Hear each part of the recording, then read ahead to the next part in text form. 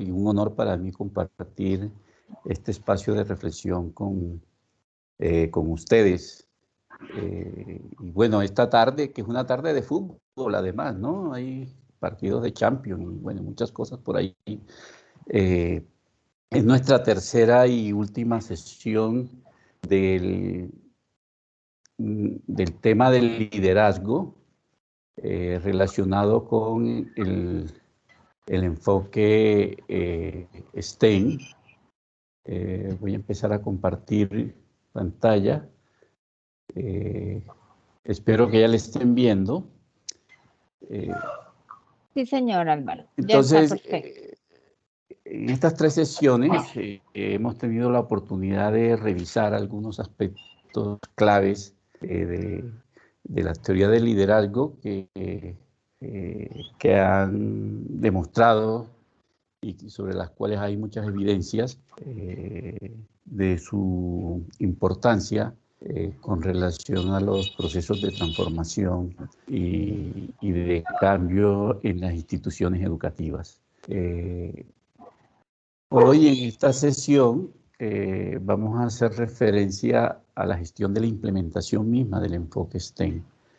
Recordemos que en la primera sesión estuvimos subrayando algunos aspectos de varios modelos de liderazgo que contribuyen a abordar este proceso de transformación que implica adoptar, implementar el enfoque STEM en la escuela, especialmente porque recordemos que el enfoque STEM pues, tiene estos principios que orientan los propósitos mismos de STEM, pero igualmente la manera como se puede desarrollar e implementar este enfoque en la institución educativa, el cual, recordemos también, se hace a través de estas dimensiones, dimensiones muy de la esencia, de la razón de ser, de la naturaleza de una institución educativa. Y en la segunda sesión, básicamente la de ayer, estuvimos mirando la importancia de la articulación, de las relaciones que puede desarrollar la institución educativa, tanto a su interior como hacia el exterior, en la medida en que la institución pues, está inserta en un ecosistema educativo con una diversidad importante, interesante de actores que contribuyen vía alianzas, vía redes, vía comunidades de aprendizaje, especialmente a ampliar las posibilidades de acción de la institución educativa y las posibilidades en última de ampliar las oportunidades de aprendizaje para los estudiantes. En la sesión de hoy, como les decía, vamos a estar señalando algunos elementos claves de la gestión de la implementación del enfoque. Dado las características del enfoque, hay unos elementos allí del liderazgo que cobran una especial característica e importancia para los propósitos de su implementación en las escuelas. Yo básicamente esta tarde voy a subrayarles 2 elementos que me parece que son muy importantes en el liderazgo de la implementación del enfoque STEM. El uno, sobre el cual ya hemos venido dando varios elementos, es la generación de interacciones de calidad. Y el otro es liderar las prácticas pedagógicas con involucramiento. Inicialmente vamos a complementar el tema de las interacciones de calidad, que es muy importante en la medida en que el liderazgo realmente se desarrolla, se cocina, se implementa a través de las relaciones, a través de las interacciones. Y por lo tanto, pues requiere unos ambientes particulares, unas características particulares de las interacciones. Vamos a subrayar hoy 3 de esas características. Una sobre la cual hemos venido hablando desde la primera sesión, que es la comunicación empática, es decir, de cómo aprovechamos el carácter o la naturaleza transformadora de la comunicación desde esta perspectiva de la empatía, de una comunicación que parte del reconocimiento del otro, del cuidado del otro, y que finalmente busca que el ambiente comunicativo sea un ambiente muy generativo, en donde las personas entran en procesos de influencia recíproca y se enriquecen en la relación vía comunicación. Sobre esto de la comunicación empática hay 3 elementos allí que vamos a subrayar. Uno, que ya lo habíamos mencionado, que es el uso responsable de los juicios. Por lo tanto, no vamos a detener mucho aquí en esta parte de los juicios.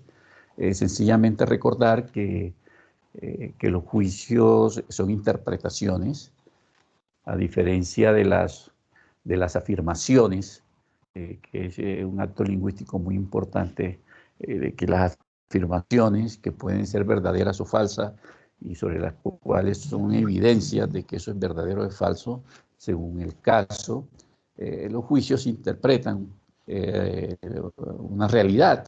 Por lo tanto, los juicios son válidos o inválidos. Un juicio, en tanto interpretación de una realidad, habita en la persona que emite el juicio. Sin embargo, a través de los juicios nosotros podemos, y de hecho lo hacemos, lecturas sobre la persona que emite el juicio. Ese es otro aspecto por los cuales habría que ponerle mucha atención al uso de los juicios, porque a través de los juicios nosotros proyectamos imagen. Entonces, en la medida, no se trata de no usar juicios, porque es de nuestra naturaleza humana hacer interpretaciones. Lo que sí buscamos es hacer un uso responsable de los juicios. Y eso significa que cada vez que utilicemos un juicio, nos comprometamos, uno, a fundarlo en evidencia, es decir, a llenarlo de afirmaciones, a tener evidencias que soporte nuestra interpretación. Y dos, tener en cuenta también los juicios contrarios a los nuestros, que nos pueden dar también muchos elementos y muchos criterios para soportar el nuestro. Entonces, ahí la recomendación que les hacía desde la primera sesión es que como líderes es importante que vayan haciendo autoconciencia sobre la manera como usan los juicios, tanto ustedes como sus equipos y las personas que trabajan allí en las escuelas, porque el uso irresponsable de juicio, la verdad es que daña mucho los ambientes de trabajo y las posibilidades de confianza y de trabajo colaborativo, que de eso vamos a necesitar mucho en la implementación del enfoque STEM. El otro elemento de la comunicación empática que quisiera subrayar es, digamos, la retroalimentación. Dar y recibir retroalimentación. Una labor importantísima de un líder es retroalimentar a sus equipos. Y esta retroalimentación, en alguna literatura, en la literatura también la pueden encontrar como conversaciones transformadoras, pero que en el fondo lo que significa es entrar en un proceso de retroalimentación con las demás personas. Y sobre esos procesos de retroalimentación es importante cuidar 4 elementos fundamentalmente. Uno, la intención de la conversación. Es decir, cuando yo le solicito, le digo a alguien, necesito conversar contigo, pues yo debo tener claridad sobre cuál es el motivo que me impulsa a pedirle una conversación a una persona, a tener una conversación con una persona, y por lo tanto tener muy claro el resultado que yo espero de esa conversación. Dos, las emociones, tanto antes como durante la conversación. Ya vamos a hacer un comentario también sobre esto de las emociones. Tres, la conexión que establecemos con la otra persona a lo largo de la conversación, que marca mucho el ambiente en que se desarrolla la conversación. Y cuarto, la forma y el contenido de la conversación. Estos elementos son muy importantes en estas conversaciones, pero especialmente en esas conversaciones de casos difíciles. Dar buenas noticias no es muy complejo que se diga. Cuando uno debe, digamos, abordar temas de comportamiento con alguien, de incumplimientos, digamos, de malos tratos hacia los demás, en fin, cuando uno tiene que abordar ese tema con otra persona, estamos entrando un poquito en ese terreno digamos, de los procesos de retroalimentación y en ese terreno de estas conversaciones empáticas o transformadoras. Entonces, teniendo claridad sobre lo que me impulsa, el motivo de la conversación y lo que espero de esa conversación, el resultado que espero, entonces hay que centrarse mucho en el tema de emociones y la conexión con el otro. ¿En qué sentido? Es decir, las emociones determinan mucho el lenguaje y el estado de ánimo con el que yo entro y posiblemente desarrolle una conversación. No es lo mismo tener una conversación cuando uno está triste que cuando está enojado, que cuando está frustrado. Entonces es importante, si yo le pido a alguien que una conversación, que necesito conversar con él respecto a su falta de participación en algunos procesos allí de la institución educativa, tengo que aclararme realmente de esa situación de la falta de participación del otro, realmente cuál es la emoción que me genera. Eso me da a mí que rabia, mal genio, o me siento frustrado por eso, o triste. Eso es muy importante porque va a determinar mucho, digamos, como el ambiente de la conversación y el tipo de lenguaje, y uno tiene que ser consciente de eso para no dañar el ambiente de la conversación. Dos, es importante ser auténtico, ser honesto y ser directo en este tipo de conversaciones. Escuchar de manera empática, poner atención al lenguaje no corporal, perdón, al lenguaje no verbal. Esa idea de que el cuerpo habla es muy importante en este tipo de conversaciones. Generalmente nuestras emociones las transmitimos en disposiciones corporales. No es lo mismo estar conversando con alguien con los brazos cruzados que con los brazos un poquito más amplios. No es lo mismo conversar con alguien al que nunca miramos versus hacer contacto visual, tranquilizar a una persona con la mirada, en fin. Es decir, ese concepto de escuchar de manera empática ayuda, digamos, a generar un ambiente muy de confianza en la conversación y le hace entender al otro de que efectivamente es dueño totalmente de nuestra atención y que nuestra disposición es llevar a buen término esa conversación. Y por supuesto, utilizar las preguntas, estas preguntas poderosas que hemos hecho, que ayudan, digamos, en ese proceso de retroalimentación, que ayudan a ampliar posibilidades, que ayudan a aclararnos o a aclarar al otro, que le ayuda a ampliar el rango de posibilidades, de considerar otros aspectos, elementos que inicialmente no los tenían en cuenta en el problema, etcétera. Entonces, digamos, este tema de las emociones es muy importante porque es un elemento clave de la escucha empática y es un elemento que le hace sentir al otro de que efectivamente está siendo no solamente escuchado, sino que de la parte de nuestra estamos haciendo todo el esfuerzo por comprenderlo. Entonces, posiblemente sea una persona que se siente que en la conversación va a ser comprendida, y eso es clave para el desarrollo de una conversación, de esas conversaciones difíciles y que abordan temas complejos. Con respecto a la forma y el contenido, es también muy importante pues, hacer la retroalimentación sin causar daño ni herir al otro.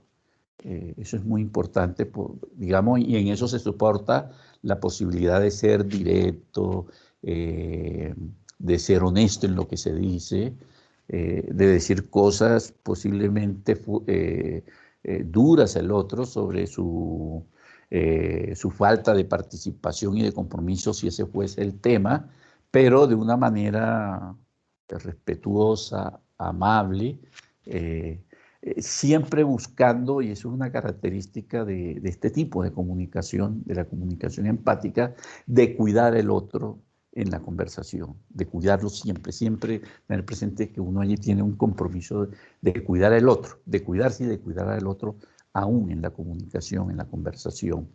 Por lo tanto, no es recomendable hablar con rodeos. Eso genera un ambiente muy feo a las conversaciones. Cuando usted empieza a darle rodeo a lo que tiene que decir, la otra persona empieza a imaginarse cosas, a formarse películas en la cabeza, etcétera, que le meten muchos ruidos a la conversación. Comenzar estas conversaciones y usar evidencia, hechos observables. Para el caso que estamos teniendo como ejemplo de la falta de compromiso, iniciar esa conversación, por ejemplo, diciendo, pues mira, Miguel, yo he notado el mes pasado, no asististe a las 2 reuniones de grupo que hicimos para hablar sobre, digamos, la articulación del trabajo de áreas.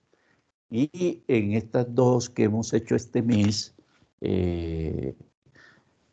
pues me he dado cuenta que le has puesto mucha atención al chat y a la cosa del celular, y le has prestado menos atención pues como a los temas que estamos tratando en las reuniones. Y interpreto yo de todo eso que no te interesa, que te falta interés en lo que estamos haciendo. Y fíjese que eso es muy importante porque por un lado le da el mensaje a la otra persona de que estamos intentando allí hacer todo lo posible para tener una conversación muy objetiva, con base, digamos, en esos hechos, en esas evidencias, en esas afirmaciones, pero además, como forma de respeto al otro, yo estoy haciendo explícito de que esos hechos, esas evidencias, yo las estoy interpretando, o sea, que estoy haciendo un juicio. Por lo tanto, siempre es bueno, cuando uno va a hacer un juicio, hacerlo explícito, explicitar de que uno está haciendo un juicio, que uno está interpretando algo. Porque eso ayuda como a generar y abrir posibilidades y puertas en la conversación. Y finalmente, este tipo de conversaciones sobre estos casos así difíciles, complicados, deben siempre culminar con un pedido. Es decir, si yo le pido a alguien que le digo a alguien, yo necesito hablar contigo, es porque yo debo tenerle un pedido que hacer, o si no, no le pidiera conversar, ¿sí? Y generalmente este tipo de conversaciones terminan en algún tipo de compromiso. Entonces, digamos, la comunicación empática lo que permite es generarle un ambiente a una conversación que permite a unas personas allí entrar en un proceso de retroalimentación con base en el buen uso de los juicios, con base en el uso de preguntas poderosas, generativas, con base en una convicción del respeto hacia el otro, de cuidarlo en la conversación y de ser amablemente directos. Es decir, podemos ser muy directos, decir cositas duras sin perder la amabilidad y en el marco siempre del respeto. El otro elemento relacionado con la calidad de las interacciones tiene que ver con la confianza. Creo que en la sesión de ayer hacíamos una mención a la confianza como esa expectativa de comportamiento con relación a uno mismo y a los demás. Finalmente, cuando uno dice que yo confío en esa persona, es porque tengo una expectativa de que su comportamiento va muy en línea con algunos valores que yo tengo, con algún estándar de comportamiento que yo tengo para medir eso o para, digamos, compararlo. Y en ese sentido la confianza puede ser una especie de creencia con respecto al comportamiento de las personas. Pero este no es un tema fácil de abordar realmente, es un tema bastante complejo. Se han identificado unos comportamientos que inciden directamente en la confianza, positiva o negativamente. Son estos 6 comportamientos que ustedes pueden observar acá en la diapositiva. Digamos, el de la vulnerabilidad. ¿Qué tanto confianza tenemos con alguien que estamos dispuestos a mostrarnos vulnerables frente a esa persona? ¿Qué tanto confianza le tenemos a una persona que estamos dispuestos a aceptar que dependemos de esa persona en algunos aspectos? Digamos, ¿qué tan vulnerables somos que estamos dispuestos a pedir ayuda, a aceptar ayuda? En la primera sesión, uno de los actos lingüísticos que mencionábamos era el de la ignorancia, el de no sé. Eso es una declaración. Decíamos, uno con las declaraciones genera realidades en las personas. Uno de esos, digamos, una de esas declaraciones es el no sé, que se considera como una declaración, se le dice, de la ignorancia. Entonces, ¿qué tanta confianza tenemos con alguien? ¿Le tenemos a alguien que estamos dispuestos a aceptar y decirle, no lo sé? Fíjense que en el caso de directivos docentes esto es un tema bastante complejo porque puede ser malinterpretado. Porque, digamos, uno esperaría, la gente normalmente espera que un rector, un directivo docente tenga todas las respuestas sobre el colegio, sobre las escuelas. Y posiblemente si un directivo docente dice no sé, eso va a ser entendido como una debilidad de la persona. Entonces, digamos, la vulnerabilidad como comportamiento de confianza significa eso. ¿Qué tan dispuesto estoy yo a mostrarme vulnerable, a aceptar mi vulnerabilidad ante otro? Y lo hago porque tengo la certeza de no ser dañado con esa vulnerabilidad que tengo. Y ahí radica la confianza. Soy vulnerable en algunas cosas, lo acepto, lo muestro, porque tengo la certeza de que con esas personas eso no va a ser usado en mi contra y no voy a ser dañado por esa vulnerabilidad, y ahí se expresa la confianza. Pues el otro comportamiento tiene que ver con la honestidad, que son esos comportamientos que demuestran integridad de carácter, autenticidad, el asumir las responsabilidades de las actuaciones, y que en cierta manera, pues, algunas personas también hablan allí de transparencia, etcétera, pero finalmente es como ese comportamiento de coherencia, ¿no? Las personas honestas generalmente tienen una coherencia entre lo que dicen y lo que hacen, incluso entre lo que piensan, lo que dicen y lo que hacen, e incluso entre lo que sienten, lo que piensan, lo que dicen y lo que hacen. la honestidad. Entonces, hay personas que se destacan por ser así y expresarlo así, y no solamente serlo, sino parecerlo en todas sus actuaciones. El cumplimiento, cuando uno confía en que las decisiones se realizan efectivamente como se ha previsto. Cuando una promesa, uno confía en que la promesa se cumple en los términos en que uno espera que se cumplan. Este factor de cumplimiento, este comportamiento de cumplimiento, digamos, es muy visible en las instituciones educativas, digamos, por la cantidad de pedidos, de ofertas y de promesas que se generan en la cotidianidad de la institución educativa. Y está el comportamiento de la benevolencia, que básicamente es el comportamiento de la buena disposición, de la predisposición solidaria hacia el otro, de ayudar al otro, de cuidar al otro. Y bueno, nosotros en las instituciones educativas también vemos muchas personas que tienen y expresan muy bien ese comportamiento de la benevolencia. A veces nos dicen, no, si esa persona no solamente tiene mucho compromiso, sino que es muy colaboradora y eso, y detrás de esa colaboradora y eso, finalmente hay un comportamiento allí benevolente que es estar pendiente del otro en buenos términos, ¿no? de solidaridad, de ayuda, de cuidado. Está el comportamiento competente o el de la competencia, que es la habilidad que uno tiene para asumir tareas y cumplirlas, conforme a los estándares determinados por la institución educativa o por la complejidad que el tema demanda.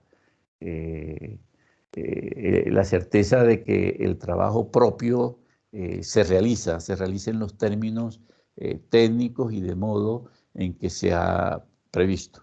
Eso igualmente uno en las instituciones también escucha mucho de que esa persona es competente. Igualmente cuando tiene debilidades, a veces uno escucha incompetentes, ¿no? Y eso es un término que a veces tiene connotaciones peyorativas, digamos, en las relaciones. Y está el comportamiento de la apertura, que esa disposición a compartir información relevante sobre el trabajo, sobre los procesos, que les permite a las personas involucrarse y participar en esos procesos, incluso en tomas de decisiones, fomentando a través de esa apertura la colaboración y el trabajo colaborativo. Generalmente pues hay directivos docentes que se destacan por ser muy generosos en la manera como comparten la información, los procesos, las posibilidades. Bueno, hay otras personas que no son tan abiertas en ese sentido, pero sí, eso es un comportamiento que genera confianza. Sin embargo, digamos, estos comportamientos no son fáciles, son complejos de abordar en la institución educativa, pero, digamos, esto de la confianza también se va moldeando a través y se nutre a través de otros elementos, por ejemplo, como el tema de la comunicación que acabamos de ver, y de otros aspectos como, por ejemplo, el cumplimiento de promesas. Las promesas hay que cumplirlas, de eso hacíamos referencia en la primera sesión, y fue otra sugerencia que les hice, miren cómo están de cumplimiento de promesas en sus instituciones, porque en la medida en que hay cumplimiento de promesas significa que los procesos de coordinación funcionan y se mueven bien, pero en el fondo lo que se mueve allí, en el cumplimiento de una promesa, es, por ejemplo, este comportamiento de competencia, de qué tan competente es una persona, el comportamiento del cumplimiento, ¿sí? Incluso digamos, el comportamiento del hacerse responsable de las cosas. Entonces, cuando hay incumplimiento de promesa, ese incumplimiento empieza a mover esos otros tipos de comportamiento y ahí se empiezan a generar imágenes de las personas y eso deriva en pérdida de confianza. La persona que incumple promesas en una institución educativa va adquiriendo, digamos, la imagen de incumplido y posiblemente cada vez más las personas no estén dispuestas tanto como a compartir y se van cerrando. Ese comportamiento de la apertura también se limita allí con respecto a estas personas que incumplen promesas. Entonces, además de los juicios, esto del cumplimiento, incumplimiento de promesa es súper clave para empezar, digamos, a andar en una senda de interacciones de calidad. Dos, digamos, es importante para generar procesos de confianza y ayuda mucho a identificar los obstáculos que se presentan en las relaciones. Aquí estamos mencionando 4 de los más frecuentes. Pero igualmente hay muchos más y puede haber muchos más. Por ejemplo, el culpar y criticar. Cuando en las reflexiones, en las discusiones, en los procesos, quitamos el foco del problema y lo ponemos en la persona. Entonces terminamos atacando a las personas y no al problema. Y eso es digamos, una actitud, un obstáculo que suele presentarse, ¿no? Igualmente hay personas que desarrollan una excesiva sensibilidad a la crítica. No se les puede decir algo porque inmediatamente entra en una actitud defensiva y todo el tiempo piensan que los están atacando. O la actitud del desdén, que muchas veces raya con el desprecio, cuando se utiliza mucho el sarcasmo, bueno, no mucho, sino cuando se utiliza el sarcasmo, el menosprecio, los nombres, apodos, muchos de ellos insultantes, actitudes cínicas y ese humor hostil que a veces siente uno que se ejerce contra alguien. Digamos, ese es un obstáculo muy desde el desdén que puede derivar fácilmente en el desprecio. Y está el obstáculo del distanciamiento. Cuando las personas van, digamos, aislándose en la institución educativa, en las conversaciones, en las reuniones adquieren una actitud de silencio, pero que no es un silencio que está asociado a una escucha atenta, empática, sino que es un silencio de fuga, que se está jugando con el silencio, está tomando distancia de la situación y que deriva pues en que la persona se niega a involucrarse, se retrae y entonces para disfrazar un poco ese distanciamiento termina actuando artificialmente de manera amable. Digamos que es importante entonces para estos efectos de procesos de confianza, ambientes de confianza, y aquí iría como una tercera recomendación, identificar en sus instituciones educativas qué tipo de obstáculos tenemos en las relaciones. Y eso puede ser incluso un trabajito muy colaborativo allí, de empezar a identificar esos obstáculos. En alguna época, hace unos años, se le llamaban toxinas, ¿no? Porque eran muy tóxicas para las relaciones. Para poder identificarla y generar estrategias que ayuden a superar esos obstáculos. La retroalimentación es un aliado con un potencial impresionante para este tipo de asuntos. Incorporar el enfoque apreciativo, usarlo mucho en estos, digamos, frente a estos obstáculos de desdén, de distanciamiento, de defensa. el enfoque apreciativo es de mucha utilidad también. Es decir, es explicitar las fortalezas que tiene una persona, el lado positivo de las cosas. Pues no significa que nos volvamos aduladores con eso, pero sí reconocer que las personas tienen posibilidades, tienen fortaleza, y eso ayuda un poco, ayuda a suavizar y a empezar a abordar estos tipos de obstáculos. Lo que decíamos, la escucha empática, ponerse en los zapatos del otro, usar mucho las preguntas generativas poderosas y tener actitudes de acercamiento hacia las personas. De hecho, por ejemplo, una persona que haya entrado en una actitud de distanciamiento, yo pudiera tener una conversación de retroalimentación con ella, una conversación transformadora para retomar nuevamente el acercamiento con esa persona. Y ahí hay como herramientas que ayudan a eso, ¿no? Digamos, el mensaje con esto es que este tipo de conversaciones para dar retroalimentaciones, de conversaciones transformadoras, hay que prepararlas, se deben preparar. Y estos elementos nos ayudan a preparar esas conversaciones.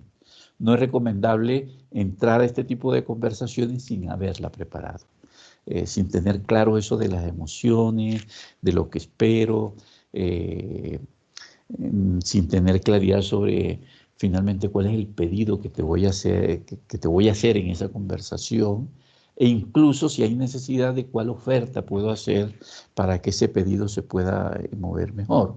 O sea, ¿qué te ofrezco para que tú nuevamente te puedas acercar a estos procesos participativos y te puedas involucrar en las situaciones? Y eso es válido. Y muchas veces hay que hacerlo. Entonces, digamos, como tercera recomendación, identifiquemos obstáculos en las relaciones, a ver cómo con qué estrategias se pueden abordar esos obstáculos, que ayuden como a ir generando más confianza entre los miembros de la comunidad educativa. Y el otro elemento, además de la, digamos, de la comunicación empática, de la confianza, obviamente es el trabajo colaborativo.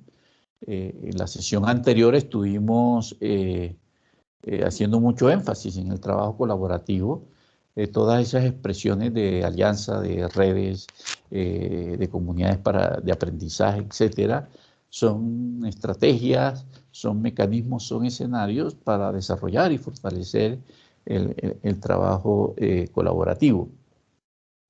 Ustedes allí tienen,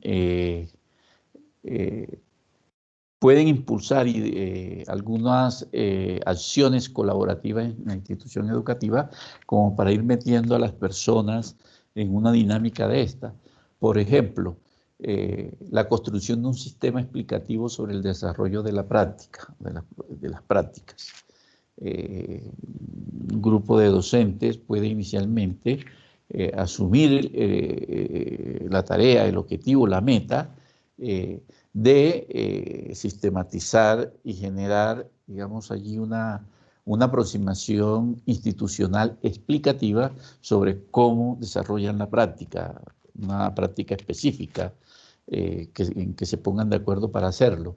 Digamos, eso tiene la ventaja de que estamos partiendo un poco de la experiencia de las personas, pero además estamos poniendo en blanco y negro, como se dice generalmente, y de manera institucional, una forma de comprender nuestra práctica.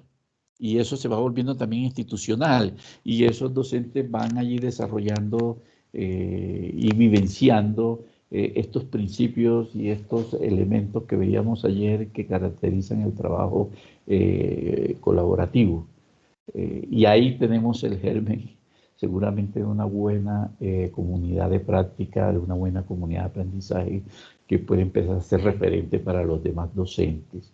O a veces podemos impulsar procesos colaborativos de reflexión sobre las prácticas, pero que impliquen acciones en el corto plazo orientadas al mejoramiento de la práctica, igualmente a partir de un grupo de docentes que se pongan en esa tarea para solucionar un problema específico de las prácticas. Por ejemplo, cómo mejoramos la motivación del estudiante en el aula de clase. Eso pudiera ser, si es un problema en la institución, pudiera ser abordado con iniciativas de este tipo. Inicialmente pueden el grupo de docentes empezar a sistematizar un poco cómo están abordando eso en este momento y a partir de ahí generar una reflexión que implique reflexión e ir definiendo aspectos de mejora para motivarla al estudiante y mejorar el interés por el aprendizaje en el aula de clase. Digamos, esas son cosas cotidianas que se pueden hacer en una institución educativa para vivenciar y empezar digamos, a generarle ambiente al trabajo y a estas prácticas colaborativas que después pueden ser formalizadas un poco más ampliamente en redes o en alianzas o en comunidades de aprendizaje un poco más elaboradas.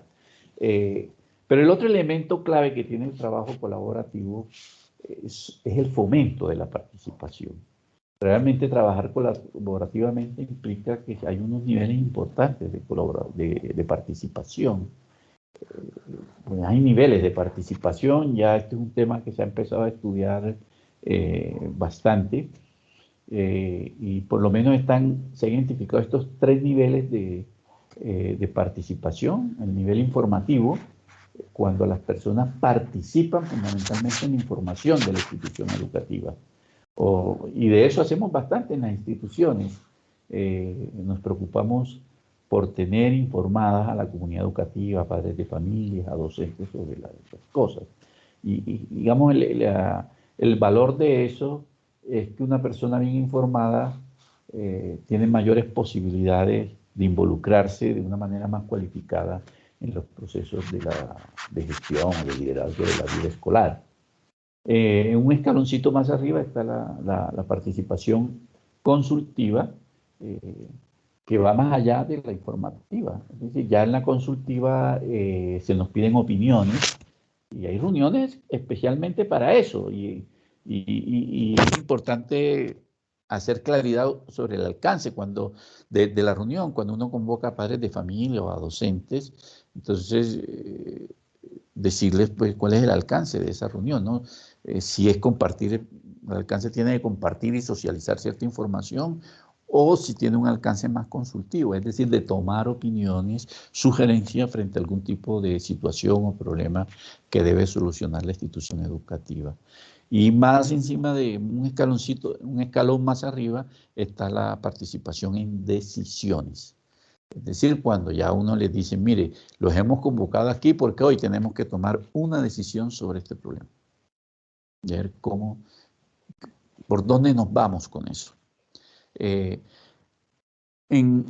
España, en la Universidad de Barcelona, generaron un movimiento muy importante de comunidades de aprendizaje basado en el aprendizaje dialógico y muy, digamos, muy conectado con calidad de los aprendizajes y tienen unas experiencias muy, muy importantes de cómo una escuela en su conjunto se puede ir convirtiendo en una gran comunidad de aprendizaje. Entonces han ido generando evidencia de cómo inciden estos niveles de participación en esos procesos de calidad de aprendizaje, en mejorar como los ambientes y la calidad de los aprendizajes en las instituciones educativas. Y la conclusión a que han llegado es que la participación decisoria es la que más genera apropiación, es la que más genera compromiso con los procesos de aprendizaje y de los procesos educativos en las instituciones educativas, que lo informativo y lo consultivo no genera tanta apropiación, que es importante hacerlo, por supuesto, pero que habría que llegar a estos niveles de participación decisoria para generar procesos más apropiados de compromiso de las familias y de actores de la comunidad educativa con respecto, digamos, a a la calidad de lo que ofrece, hace y obtiene una institución educativa. Ahora, la pregunta aquí es, ¿decisiones en qué? ¿En qué ámbitos? Porque tampoco se trata pues de ir a delegitimar, a debilitar a las instancias decisorias que tiene una institución educativa. Es decir, la institución educativa tiene unos gobiernos que funcionan con base en instancias donde están representados los estamentos de la comunidad educativa y hay que fortalecerlos, por supuesto. Entonces, es decir, aquí el tema es en qué decisiones pudiera uno abrir la participación amplia de la comunidad, en qué tipo de decisiones, por ejemplo, en temas de autoevaluación de la institución, de qué funciona bien, de qué no funciona tan bien una institución educativa, cuáles pueden ser las prioridades en los próximos 3 años de una institución educativa. Posiblemente en esos niveles no se complique mucho y se pueda dar esos procesos participativos más amplios de la comunidad sin generar esos riesgos como de cogobierno, de coadministración en las instituciones educativas. Pero bueno, uno ahí en ese nivel decisorio hay instituciones que se abren mucho, digamos, a los procesos evaluativos, de una amplia participación de la comunidad educativa en los procesos evaluativos, por ejemplo.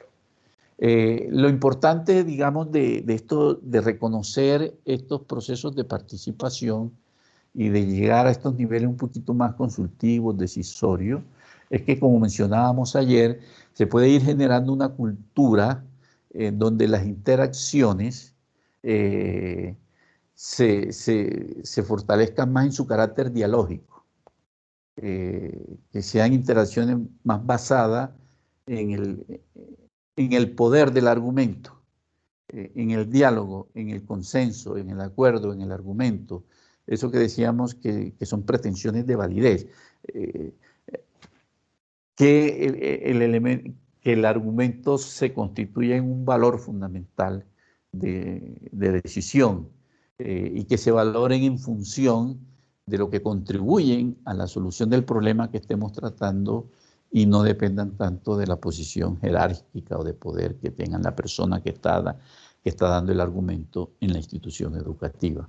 Es decir, cómo podemos ir transitando en las instituciones educativas de esas pretensiones de poder, o sea, donde las relaciones, las interacciones están más basadas en el poder de la autoridad, en el poder del conocimiento, etcétera, e ir transitando hacia pretensiones más de validez, donde las interacciones se vuelven más dialógicas, más argumentales. Hay, digamos, en esta experiencia de comunidades de aprendizaje de la Universidad de Barcelona de España que les comentaba, han ido incorporando, han evidenciado que hay actuaciones educativas que cuidan mucho esto.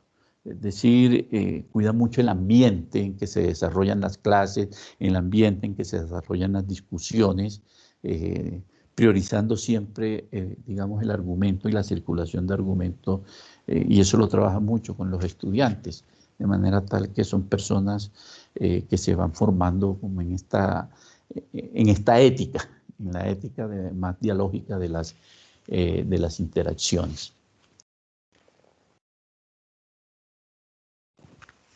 Ustedes en las instituciones educativas hacen muchas reuniones, en las instituciones se hacen muchas reuniones, entonces la idea es que uno pudiera usar las reuniones como un buen escenario para fortalecer la colaboración y el trabajo colaborativo.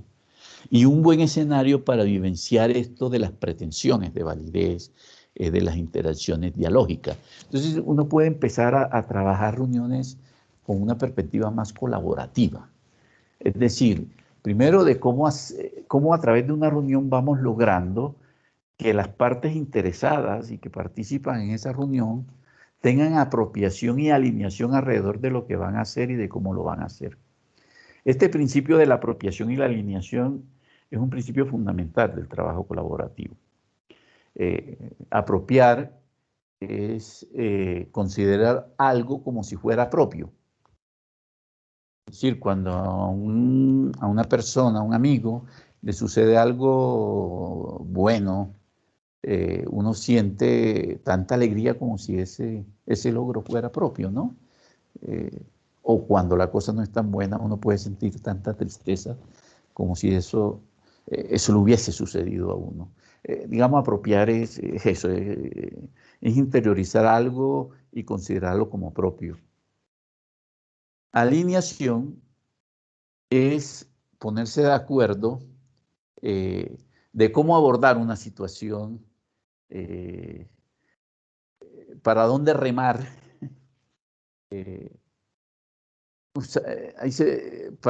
Sobre estos dos términos se utiliza una expresión gráfica muy popular que es una barca.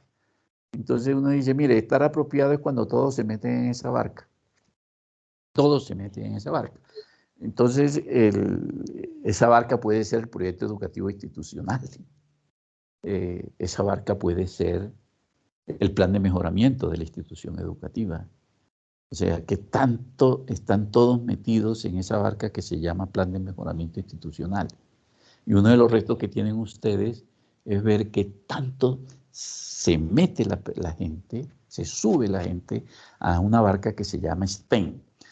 Digamos. Entonces, eso de alguna manera refleja el nivel de apropiación que va generando la gente con respecto a las cosas. Alineación es lograr que todos los que se metieron en la barca remen para el mismo lado, remen en el mismo sentido. Porque a veces uno encuentra personas que están en la misma barca y unos reman hacia la derecha, pero otros van remando hacia la izquierda, y muy posiblemente, si eso sucede, y sucede todo el tiempo, esa barca no se va a mover de ahí, lo que va es a dar vuelta. Entonces, más que falta de apropiación, lo que tenemos allí es una falta de alineación, de ponernos de acuerdo cómo vamos a hacer las cosas, hacia dónde, y todo lo que implica el cómo hacer las cosas. Entonces, las reuniones se pueden usar para empezar a vivenciar estos valores y estos elementos de apropiación, de alineación, de corresponsabilidad, de compromiso que están en la base del trabajo colaborativo. Entonces, cuando uno hace una reunión con una perspectiva colaborativa, desecha esa idea de que es que el responsable de una reunión es el que la convoca o el que la está organizando, y que lo que sucede en una reunión es responsabilidad única y exclusiva de esa persona.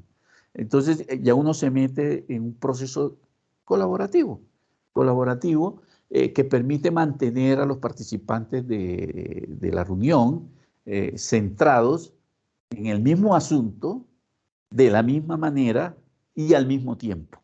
Finalmente, estar uno centrado significa de alguna manera esto, ¿no? El grupo se alinea y entonces empieza a mirar el mismo asunto de la misma manera y al mismo tiempo. No, esto no significa que tengan que estar todos de acuerdo en las opiniones, sino con base, digamos, en unos procedimientos, en unos acuerdos, en una regla. Incluso por eso es importante que antes de iniciar una reunión se establezcan acuerdos de cómo se va a estar en esa reunión. Eso es un buen principio para empezar a mover este tema de la corresponsabilidad en las reuniones y los trabajos colaborativos. Es decir, acuerdos, venga aquí construyamos un acuerdo cómo queremos estar estas 2 horas que dura la reunión acá. Que entonces dice uno, pues que presencia plena, que entonces que el celular apagado. No, pero es que es imposible apagarlo. Pero entonces, mire, entonces pongámoslo en silencio. Entonces que si alguien tiene que contestar algo, pues pide permiso, sale y lo contesta, pero nunca acá. Hay que, digamos, ser puntuales. Bueno, en fin, empieza la gente a acordar cómo quiere estar allí y empieza a hacerse corresponsable de que esos acuerdos funcionen. Entonces no hay nadie especialmente allí pendiente de que las personas sean puntuales, sino que sencillamente todos se vuelven guardianes de esos acuerdos y empiezan a hacerse corresponsables de lo que sucede en esas 2, 3 horas de reunión. Entonces aquí hay otra sugerencia, es empiecen como a implementar acuerdos en las reuniones. Antes de empezar la reunión, pongan en consideración allí con qué acuerdos se van a mover en esa reunión. Generalmente temas de tiempo, de centrarse de no sentarse en la palabra, de respetar la diferencia. Bueno, hay muchas cosas y hay instituciones que han logrado incorporar eso ya en su gen, ¿no? Y entonces la reunión también entonces se vuelve un escenario donde se prioriza la calidad de las relaciones que se generan en esa reunión. Entonces se empieza a incorporar este asunto de las pretensiones de validez del argumento en una reunión y se cuida la calidad de relaciones en que se desarrolla una reunión. Y esa preocupación por las reuniones empieza, digamos, a generar ciertos elementos de confianza en el desarrollo de la misma, y posiblemente las reuniones se vuelvan unos escenarios entonces mucho más facilitadores de la participación de las personas. Entonces, digamos, en eso ayuda mucho hacer buenas planeaciones de reuniones si queremos involucrar a las personas en todo el proceso, explicitando todos los detalles que tiene y se mueven alrededor de una reunión, ¿no? Desde lo logístico hasta el tipo de participante, tener claramente identificado el problema o el asunto que se va a atender en la reunión, la intención que tiene y sobre todo lo que se espera, resultado de esa reunión. Muchas veces a uno lo invitan a una reunión y le dicen el tema, y uno llega a la reunión pero no sabe qué alcance tiene el tema. Finalmente, ¿qué es lo que esperamos hacer con ese tema? Entonces, esos son puntos claves, y tener explicitados estos aspectos de una reunión ayuda a que las personas se puedan involucrar en la preparación, en el trabajo previo de las reuniones, y empezar a darle una connotación muy colaborativa desde allí. Y bueno, en esos aspectos es clave diferenciar el contenido del proceso, ¿no? De cómo, el qué de la reunión con los cómo se desarrolla. Entonces, finalmente, cuando las reuniones se desarrollan más dialógicamente, con una preocupación más por la calidad de las interacciones que se generan allí en la reunión y con esa perspectiva más colaborativa, eso lo que ayuda es que un grupo de personas de una escuela desarrollen una comprensión más institucional, más integral del problema o de la solución a la cual están llegando. Y sobre todo, las reuniones entonces se convierten en una especie de plan que un grupo de personas formula y desarrolla con la intención de que a través de ese plan puedan resolver conjuntamente problemas, asuntos y alcanzar propósitos allí. Entonces, aquí hay, digamos, otra sugerencia, y es cómo aprovechamos las reuniones, porque hacemos muchas reuniones en las instituciones educativas, para hacer de esas reuniones escenarios para vivenciar las características, los valores del trabajo colaborativo, y para fortalecer allí en esas reuniones escenarios donde se cuida la relación, se cuida la calidad de interacción, la calidad de las relaciones en las reuniones, basada pues en estos principios de la comunicación empática, transformadora, y de cómo además las reuniones finalmente se convierten en un plan, en una estrategia colaborativa para abordar un problema o una situación en una institución educativa. Bueno, digamos, este tema de la calidad de las interacciones es el piso de los procesos realmente de transformación, porque procesos de transformación, para que tengan sentido institucional, requieren ser apropiados y requieren ser alineados. Y eso, si no hay confianza, va a ser muy difícil, va a ser muy difícil. Entonces, digamos, la calidad de las interacciones, el tema de la confianza, el tema de la comunicación empática y del trabajo colaborativo, lo que permite es generar un ambiente allí propicio donde las personas sienten que se benefician mutuamente, que se influencian recíprocamente, que el desarrollo de uno es bueno para el desarrollo propio, y sobre todo empiezan a vivenciar algo que es muy importante en la labor de un líder. Digamos, un líder generalmente tiene una característica y es que todo el tiempo está empujando, motivando, convenciendo y empuje, y empuje, y empuje. Y eso es desgastante y eso es exigente. Pero, digamos, el líder también puede atraer de manera tal que deje de empujar tanto y atraiga más. Y esa atracción se gana con el ejercicio del liderazgo. Ustedes como directivos docentes tienen que volverse atractivos desde el ejercicio de su liderazgo, desde el ejercicio de su rol. Entonces, lo que hacen estos procesos comunicativos, de confianza, de trabajo colaborativo, es generar una atracción al ejercicio del liderazgo. De manera tal que usted, como líder, tenga que dejar de empujar tanto y por lo menos lograr que otros se sumen a seguir empujando. Entonces, esa labor de empujar y atraer es una labor muy central en el ejercicio del liderazgo.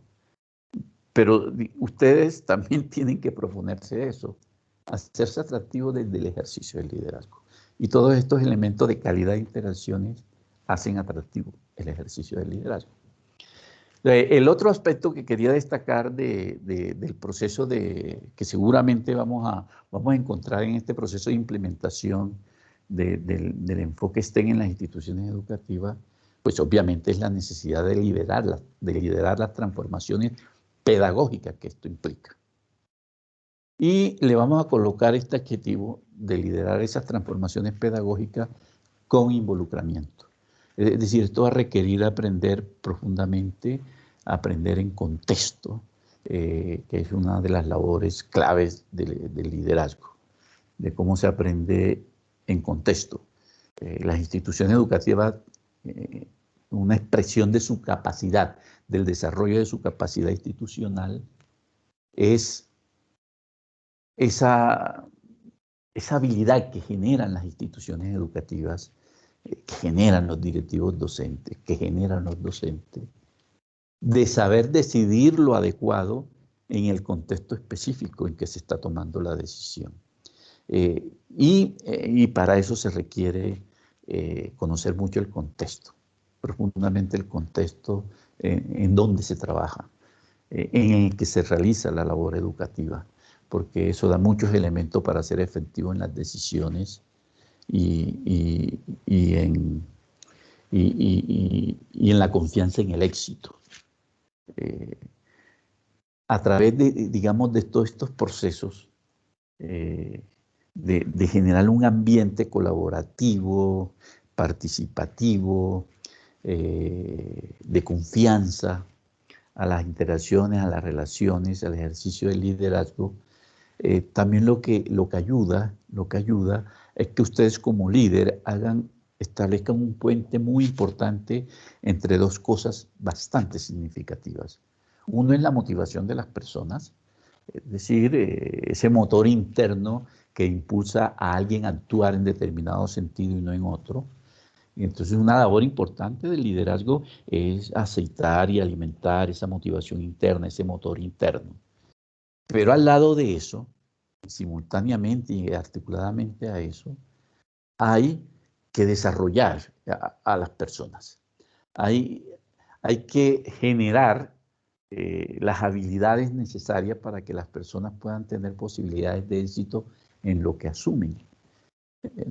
Es muy frustrante estar motivado a hacer algo y no tener la suficiente capacidad para hacerlo, ¿sí?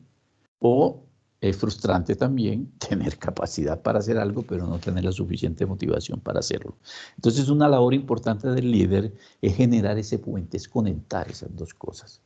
Por eso hay una labor muy importante en el tema de la persona, de su motivación, de su disposición a hacer cosas y de manera integrada con las habilidades. Entonces, el trabajo colaborativo lo que permite es poner a disposición de un propósito, de unas motivaciones, un conjunto diverso de habilidades que tiene la institución educativa que aumentan las posibilidades de éxito de ese grupo, porque ese grupo allí entra a complementarse en habilidades. No todos somos buenos para todos. Entonces ahí esas habilidades se complementan en función de un objetivo y eso aumenta la posibilidad de éxito del propósito de la meta que asume este grupo.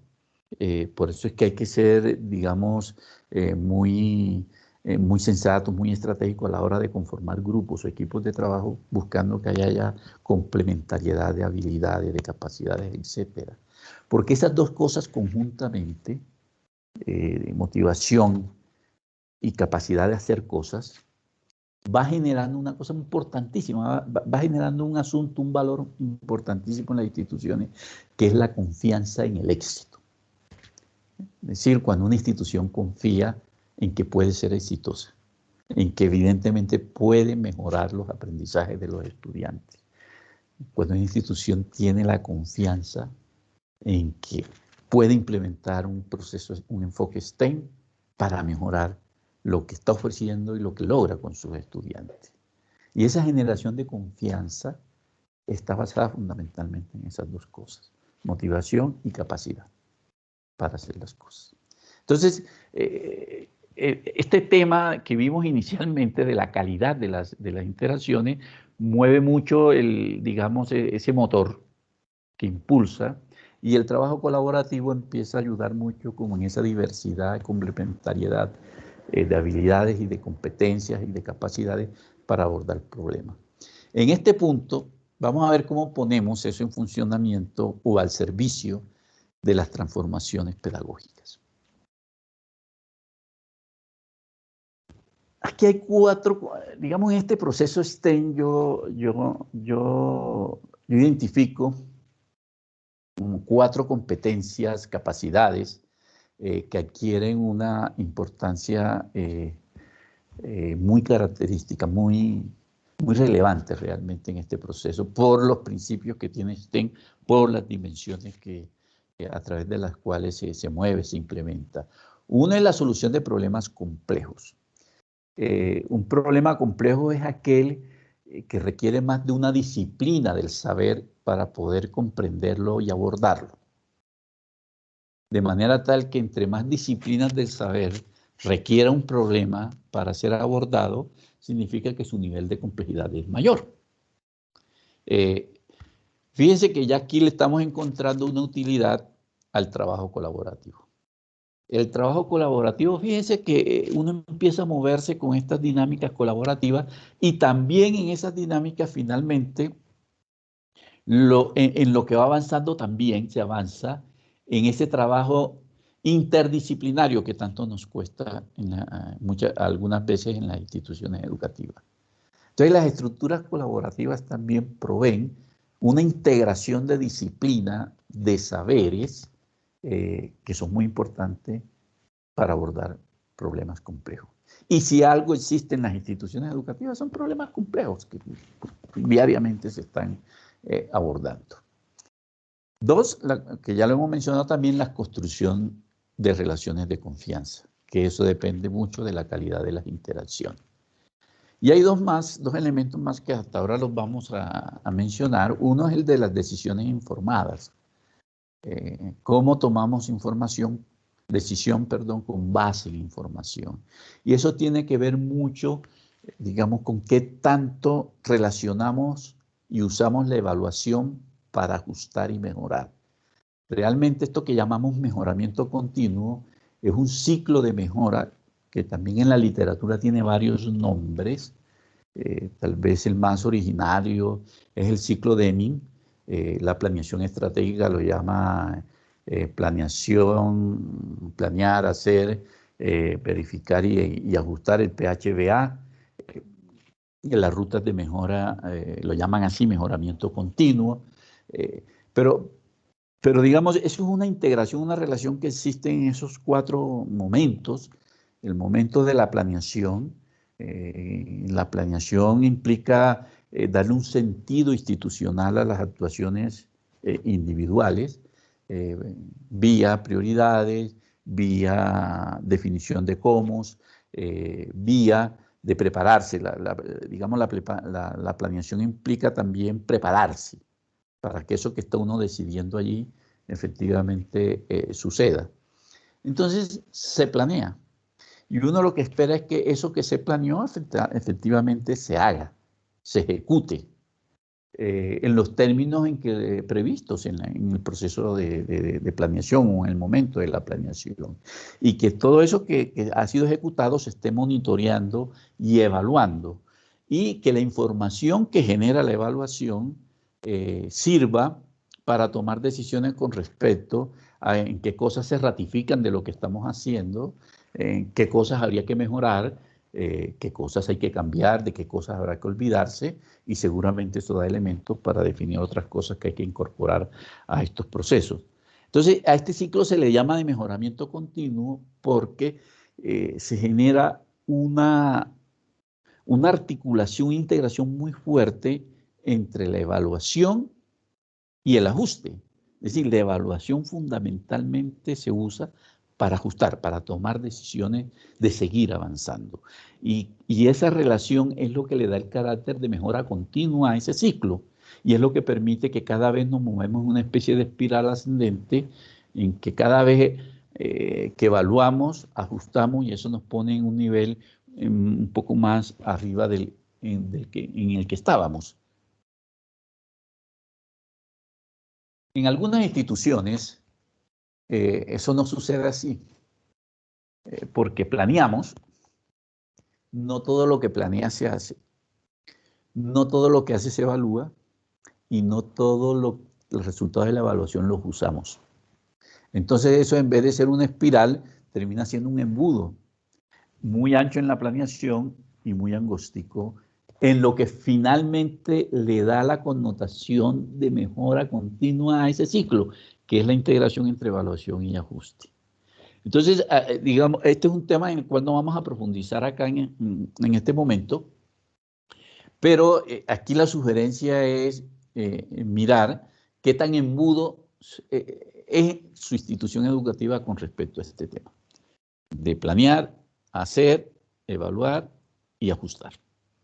Porque si está muy estrecho al final, eso hay que expandirlo. Hay que ponerle mucha atención en lo que hacemos, mucha atención a la relación entre evaluación y ajuste. Y eso, para eso, pues, hay que fortalecer mucho la evaluación, el monitoreo y, por supuesto, el uso de la evaluación. El otro elemento es la comprensión profunda y compartida de las prácticas pedagógicas. Y aquí hay un mensaje importante que cada vez se ha ido como evidenciando más la importancia de este mensaje, y es que si uno quiere cambiar una práctica pedagógica, debe comprender esa práctica pedagógica. Es decir, uno no puede, no es sensato, no es conveniente transformar cosas que uno no conoce. Entonces, para transformar una práctica pedagógica, curiosamente, hay que conocer, comprender profundamente esa práctica pedagógica. Y eso, de alguna manera, es lo que se ha venido llamando como liderar el cambio de la transformación de las prácticas pedagógicas con base en el involucramiento y la teoría de la acción que soporta esas prácticas pedagógicas. ¿Y por qué es importante comprender muy bien lo que se pretende transformar? Ustedes se acordarán que en la primera sesión decíamos que los cambios tienen desafíos técnicos, pero también desafíos de cambio profundo, que generalmente están relacionados con la disposición al cambio de las personas, que son esos cambios, esos desafíos de cambio profundo implican que las instituciones educativas se tengan que repensar en muchos aspectos, introducir cambios en muchos aspectos, incluso las personas a veces repensar el rol que tienen en una institución, etcétera. Y que ahí es donde aparecen realmente los problemas fuertes de resistencia al cambio. ¿Por qué razón? Porque es que resulta que cada uno de nosotros tiene creencias sobre las cosas. Nosotros andamos con creencias en la vida y obviamente tenemos valores, tenemos experticias, tenemos conocimientos, tenemos comportamientos, conductas. Y todo eso lo lleva uno puesto. Y uno actúa con base en eso, en sus creencias, en sus valores, en sus experticias, en sus conocimientos, en sus comportamientos. Uno va actuando con base en eso. Y para uno todo ese conjunto de cosas, para uno termina constituyendo una teoría de la acción. Si uno quisiera explicar por qué actúo de esta manera, seguramente tendría que ir al fondo de con qué creencias actúo, con qué valores, etc. Entonces, en una práctica pedagógica están involucradas teorías de la acción de las personas que ejercen esa práctica, que implementan esa práctica. Lo hacen con base en unos valores, en unas creencias, en unos comportamientos, en unas experticias y en unos aprendizajes. Entonces, si usted pretende cambiar esa práctica, si no conoce eso, lo que está proponiendo se va a estrellar con eso. Porque una nueva práctica, uno no sabe qué tanto estará golpeando las creencias de las personas asociadas a esa práctica que pretendo cambiar. O a qué valores estoy golpeando allí, o qué conductas, o qué comportamientos, etc. Entonces, si yo no tengo claro eso, va a ser difícil abordar, digamos, las resistencias al cambio. Entonces, para eso se recomienda hacer un enfoque de transformación de una práctica, no desconociendo totalmente la práctica que se intenta reemplazar y poniendo el foco en la nueva. Se recomienda no hacer eso. Es decir, cuando yo pongo el foco de la transformación en la nueva práctica, en las prácticas futuras, eso en la literatura se conoce como enfoque de bypass. Es decir, lo que existía antes de esa práctica no interesa para nada y no tiene valor. Y yo me olvido totalmente de eso e impulso la nueva práctica. Generalmente las nuevas prácticas y lo que se puede hacer en ese sentido se ubica en un término, en una intersección entre lo que se propone nuevo y lo que existe. Y eso precisamente es lo que se le llama enfoque de involucramiento con la teoría de la acción que está en las prácticas. Entonces, aquí de lo que se trata es de conocer, de comprender profunda y genuinamente lo que pretendo cambiar, para poder evidenciar cuál es la teoría de acción que hay en esa práctica y cómo la nueva práctica que estoy proponiendo dialoga, niega o golpea esas teorías de acción para poder abordar esos procesos de resistencia al cambio.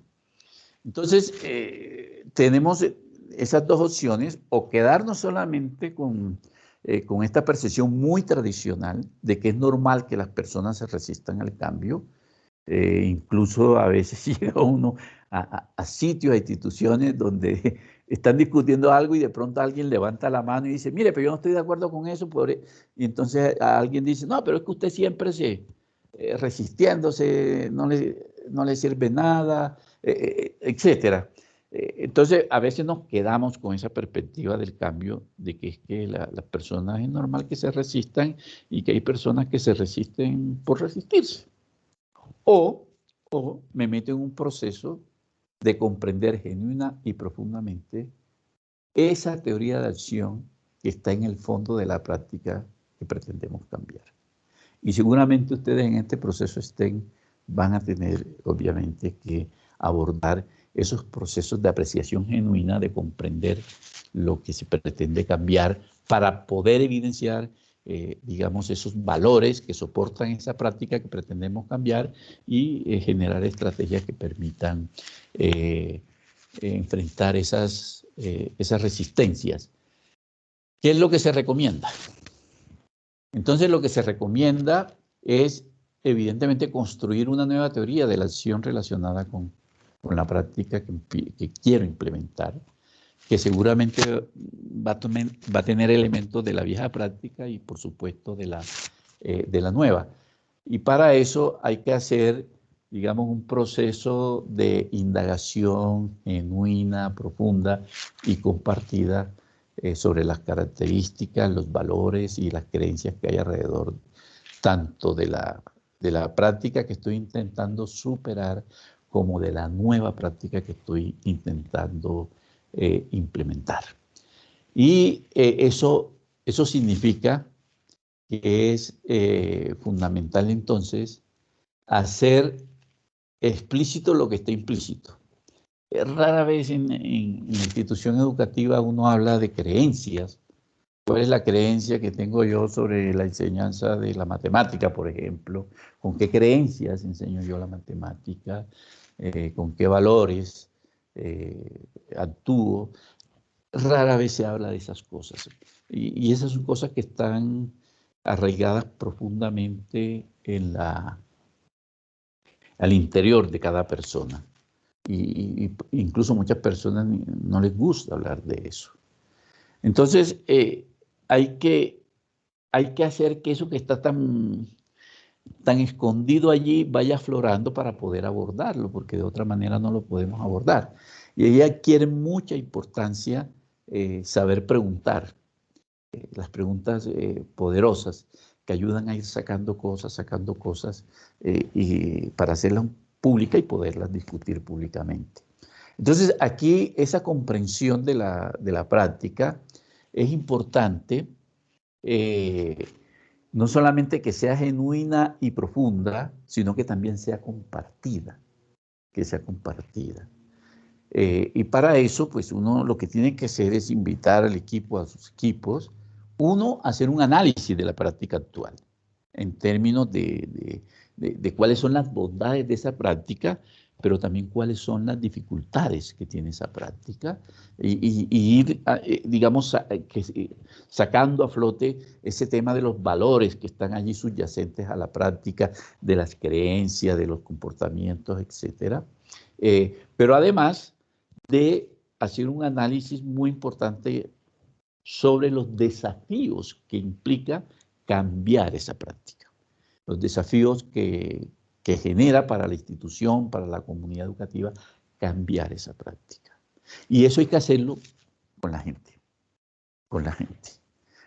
Pero se hace no solamente con la práctica actual, ese ejercicio también hay que hacerlo con la práctica que estamos proponiendo, que se piensa incorporar e introducir, digamos, en el proceso pedagógico, en el trabajo de aula, etcétera. Explicitarla también en términos de sus bondades, sus limitaciones, de los desafíos que implica, de los valores que tiene asociado, de las creencias que pueden estar ahí alrededor de esa nueva práctica, etcétera, y poner en una especie de balanza las dos prácticas. Y posiblemente de ese ejercicio con su gente, con sus equipos, salga una nueva práctica más enriquecida de la que usted estaba, o de la que se estaba proponiendo inicialmente, que seguramente va a tener elementos de algunas bondades, de cosas de la anterior práctica y bondades pues, de la nueva. Y por eso el resultado de eso puede ser una práctica que está en la intersección de las dos, de la nueva y de la actual, y se ubica ahí, pero con un valor agregado muy significativo, y es que ha sido construida con la gente, ha sido reflexionada por la gente, ha sido argumentada por la gente, y en ese proceso hemos ido generando elementos de apropiación de esa práctica. Incluso hemos ido generando alineación con respecto a esa práctica. Y una práctica definida en esos términos, muy reflexionada, que comienza con elementos cuando parte la práctica ya tiene elementos de apropiación, de alineación, pues tiene más posibilidades, no solamente de que sea aplicada, de que sea asumida, sino que tenga mayores posibilidades de éxito, de incidencia y de impacto. Y tiene más posibilidades de que se generen expectativas positivas, favorables frente a esa nueva práctica.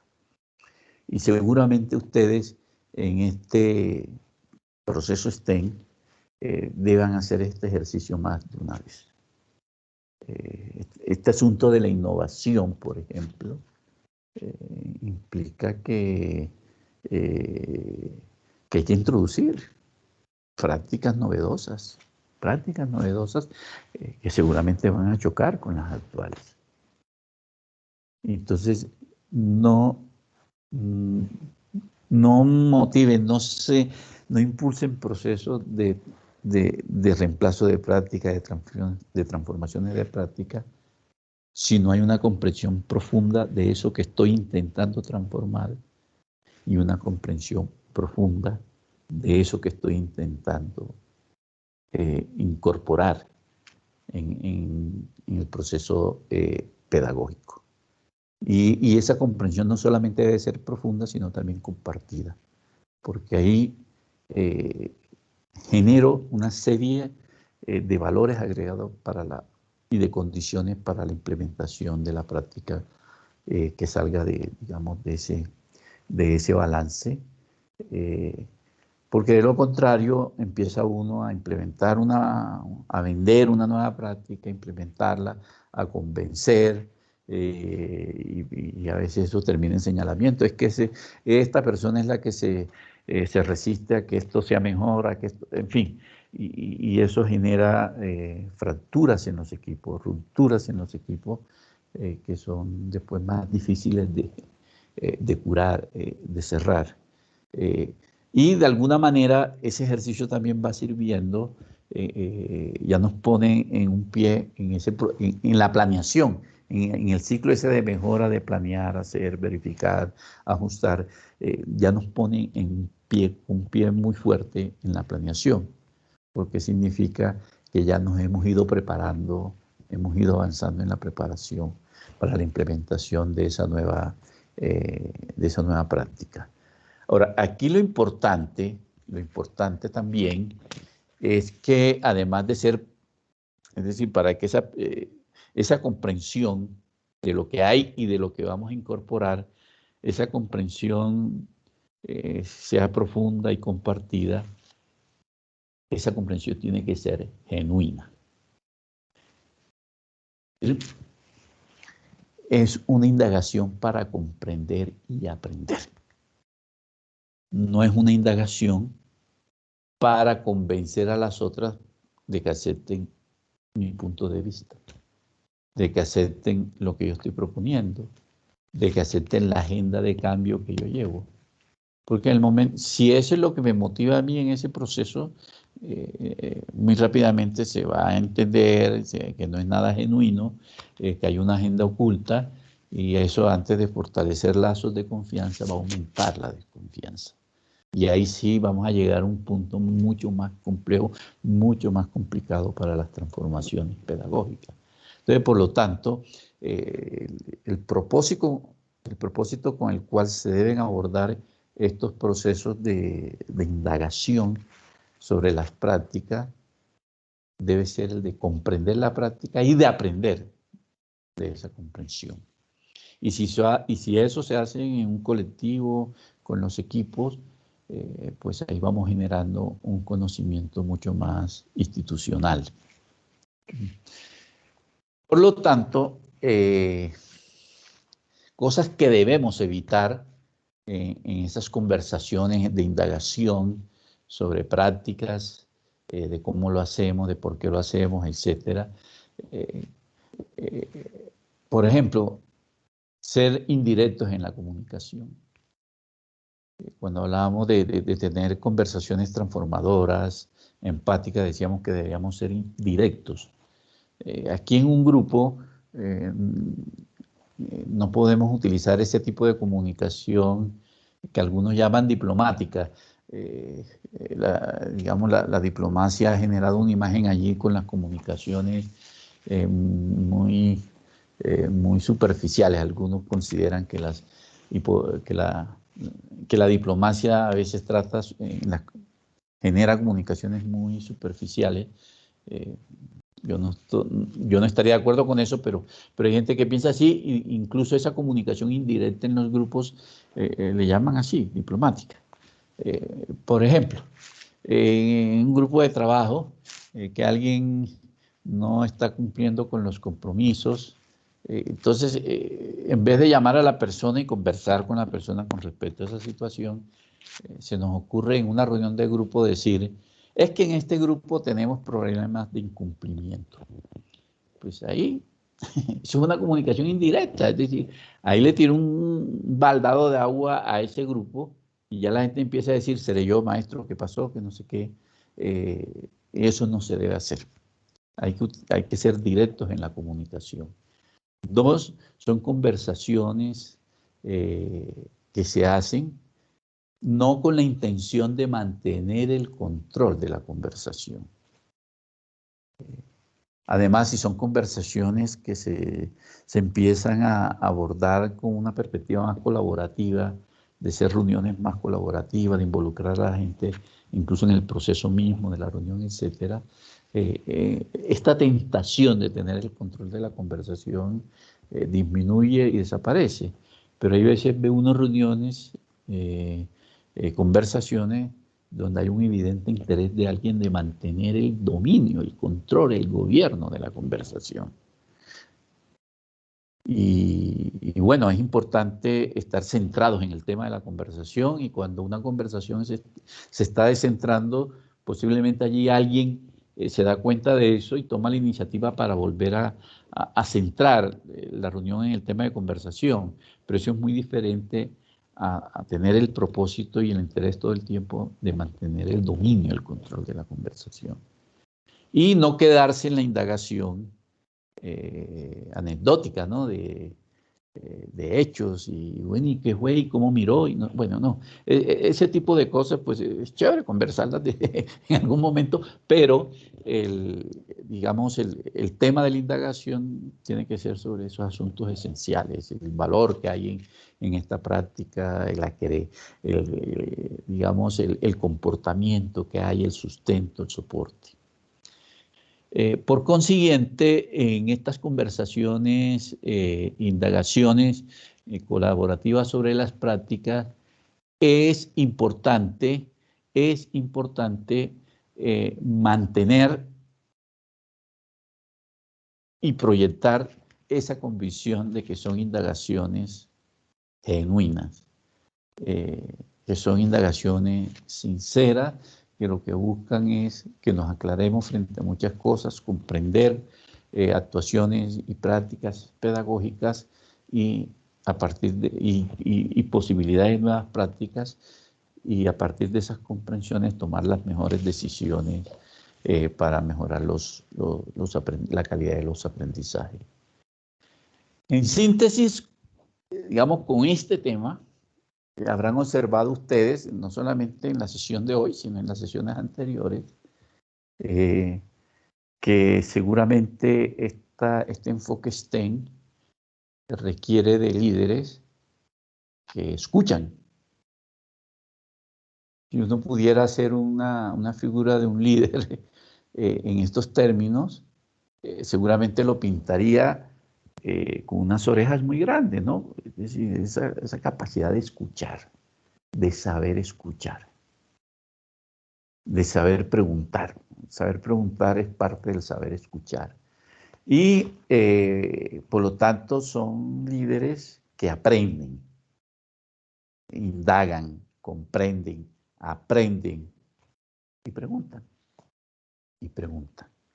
Y esos líderes que escuchan, aprenden, preguntan, entonces ayudan a cristalizar las ideas, ayudan a concretarlas, y se vuelven unos articuladores, personas que ayudan a hacer concurrir circunstancias, condiciones. buena parte de la labor del ejercicio de liderazgo no solamente es configurar los factores del cambio en las características específicas que se requieren. Entonces, por ejemplo, no solamente es importante tener una visión pertinente, motivadora, apropiada, con expectativas, y no solamente es, por ejemplo, tener un equipo capacitado, competente, con muchas capacidades, y no solamente tener ese equipo motivado, etcétera, sino hacer que esas tres cosas concurran, por ejemplo, que sucedan al mismo tiempo, y que conciten articuladamente comportamientos, acciones, posibilidades. Entonces, una labor importante del líder no solamente es garantizar que ciertos factores se vayan configurando, sino que eso coexistan, confluyan en el momento en que deben hacerlo. De hecho, hay una definición de hace muchos años de lo que es una buena escuela.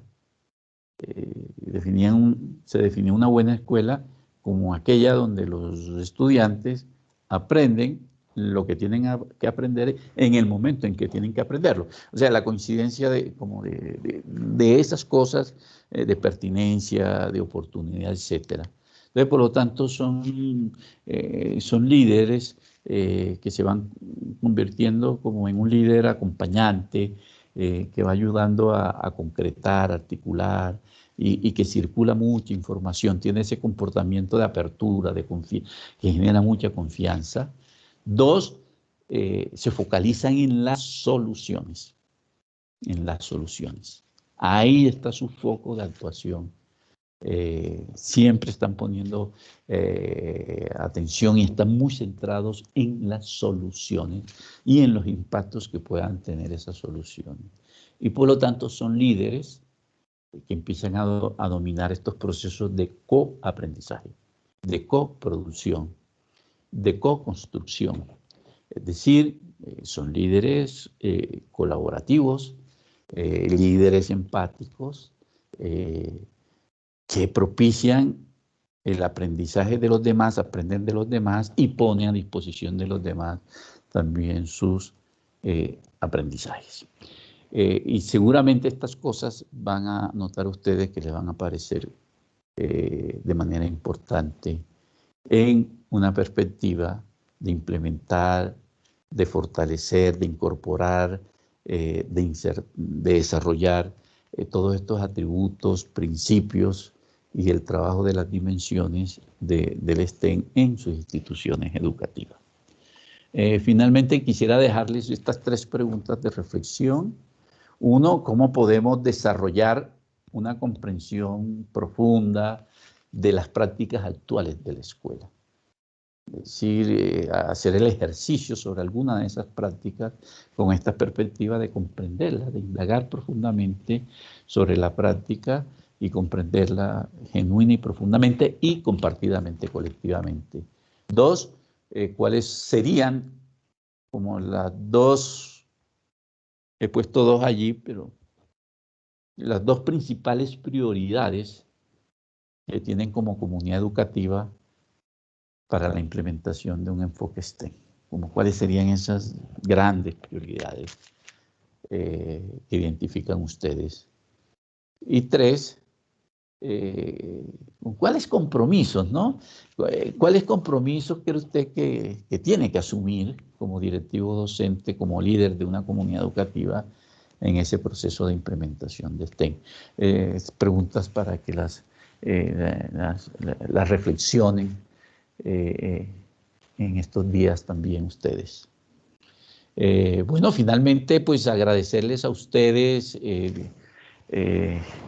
toda esta participación y atención y abrir un espacio en este momento a ver si sobre preguntas, a ver si hay preguntas, aspectos que podamos de alguna manera en estos 10 minuticos que nos quedan de sesión, de poder como abordar algún aspecto que les parezca especialmente importante. Bueno, permíteme entonces, ya miro qué docentes tienen la manito levantada, Álvaro. y ya te estaría como indicando. De pronto también invitarlos a que ingresen al chat y si de pronto por alguna razón no pueden, no tienen audio, pues puedan allí también registrar sus inquietudes y también realizar el registro de la asistencia, el cual es muy importante para nosotros, ya que a esos correos electrónicos es que se va a hacer llegar el enlace con el material. ¿Listo? Entonces, bueno, los invitamos a que de pronto dudas, inquietudes. Y es importante que expresen así en el chat como esas dudas, inquietudes, así no logremos abordarlas en este momento, pero que las vayan expresando, porque sin duda van a ser inquietudes que van a aparecer en el proceso, seguramente, y ya tendrán oportunidad en algún momento también de abordarlas, ¿no? Y es importante para la universidad y para el ministerio tener como ese espectro de inquietudes, de preguntas que se suscitan a través de no solamente el tema del liderazgo y seguramente de los otros temas que van a estar abordando en este proceso, porque eso ayuda también entonces a ser un poco más pertinente en lo que se les ofrece a ustedes y en la manera de acompañarlos. Bueno, Álvaro, están preguntando en el, en el chat que qué materiales les vas a compartir, que qué memorias van a quedar de este escenario. Entonces, pues, inicialmente sabemos que son como las PPT, las presentaciones, y pues no sé, adicional a eso, ¿qué otro material tú consideras que valdría la pena compartir? Bueno, ¿qué pudiéramos hacer? Pues además de las presentaciones, pudiéramos organizar como algunas guías, algunas cosas por ese lado, algunos instrumentos que les ayuden a ustedes como directivos docentes. Por ejemplo, de entrada se me ocurre que sería muy útil tener un instrumentico, por ejemplo, para preparar conversaciones transformadoras, esas conversaciones difíciles, eso puede ayudar. Eh, y de hecho, muchas de estas cosas que hemos conversado aquí, digamos el PTA, pues que es un programa del Ministerio de Educación Nacional, tiene toda una línea de liderazgo, ¿no? Y ahí hay muchas cosas relacionadas con esto. Entonces podemos hacer, digamos, una recogida de cosas un poquito más en la mira de la metodología, del instrumento que pueda ayudar en los cómo, ¿sí? Y pudiera compartirle también un par de libros, algo así, virtuales, sobre este tema del liderazgo. Bueno, pues entonces, en relación a las grabaciones, eh, una vez esta es nuestra tercera y última grabación, entonces ya se va a hacer un compilado. La persona de comunicaciones de la universidad va a hacer el ejercicio de descargarlo y publicarlo en la página de YouTube de la universidad para que a través de los correos que ustedes nos han asignado y también de los profesionales que los han venido acompañando en sus instituciones educativas, puedan como que tener estos enlaces y estos materiales. Pues Álvaro, no, yo no veo más preguntas, entonces pues yo en nombre del Ministerio de Educación, en nombre de la Universidad Minuto de Dios, agradecerte pues estos acompañamientos, esta, este don de enseñar a partir de esas charlas, de esa experiencia que tú has tenido en este ejercicio de liderazgo a lo largo de tu carrera. Decirte pues que tienes unos rectores que están con comentarios muy positivos en el chat frente al ejercicio y esperamos, Álvaro, que nos podamos volver a encontrar en otros procesos. Y pues gracias a ti, gracias a ustedes, señores rectores, por abrirnos las puertas de sus instituciones, por ser tan generosos en compartir su tiempo. Y pues bueno, a los que están en esta sala, con el respeto tuyo, los invito al encuentro que estamos desarrollando en relación a la formación STEM. Entonces voy a también compartir ese enlace para que los que quieran acompañarnos allí estamos. ¿Listo? Y pues Álvaro, no es nada más, no sé si tú quieras alguna información de cierre. No, reiterarle, de verdad, mi agradecimiento por haber compartido estos espacios. Siempre es muy grato para mí eh, trabajar con directivos docentes. Siempre lo he considerado un honor. y espero pues que estas conversaciones alrededor del liderazgo contribuyan con elementos a que puedan abordar con mayores posibilidades de éxito ese desafío inmenso que es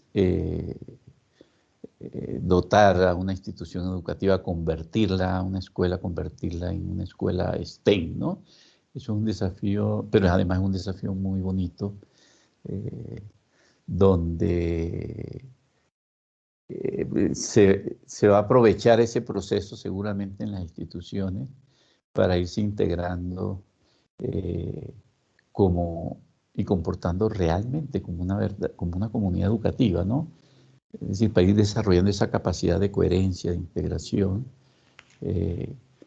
que logran desarrollar instituciones que tienen, digamos, una excelente identidad y comportamientos y valores como comunidad educativa.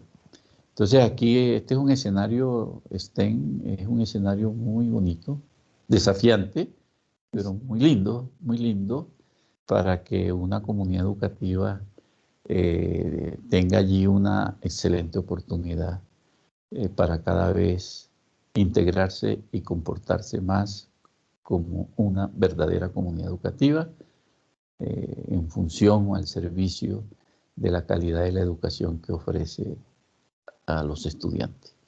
Reiterarles mis agradecimientos. ¿Verdad? Muchísimas gracias por su generosidad. Y bueno, igualmente espero pues que en estos procesos de transformaciones y de mejora de las instituciones podamos cruzarnos en algún momento. Vale, pues así, muchas gracias Álvaro, a los docentes muchas gracias y esperamos poder seguir trabajando ya desde los territorios con sus instituciones educativas y con sus equipos. Bueno, dejo la grabación, entonces doy por finalizada este proceso de formación agradeciéndoles a ustedes este ejercicio. Bueno, hasta luego. Muchas gracias. Hasta luego. Chao Álvaro.